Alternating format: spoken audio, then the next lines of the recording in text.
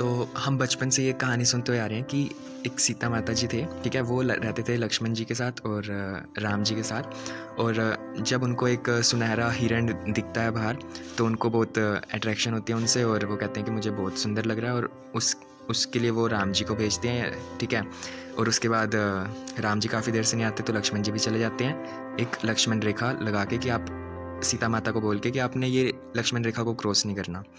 तो अब हम इस लाइफ में, प्रैक्टिकल लाइफ में, इसको कैसे सिंबलाइज कर सकते हैं कि ये जो लक्ष्मण रेखा है ये लिमिट्स की रेखा है, मर्यादाओं की रेखा है, कि हमने अपना डिसिप्लिन के लाइन के अंदर अंदर रहना है।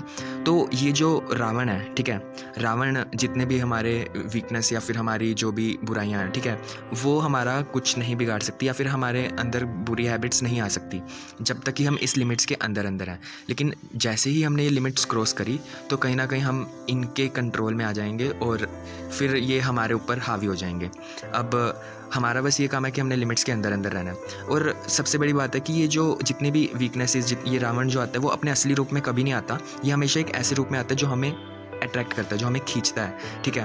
तो हमने बेसिकली उसमें मतलब इतना ज़्यादा अवेयर रहना उस चीज़ के लिए कि हम कभी भी इतने किसी से ज़्यादा वो ना हो, किसी भी रावण के रूप से अट्रैक्ट ना हो कि हम अपनी डिसिप्लिन की लिमिट्स को ही क्रॉस कर लें। क्योंकि once we cross the limits, ठीक है, तो हम इसके कंट्रोल में आ जाएंगे और फिर यह हमें अपने दुनिया में ही ले जाएगा।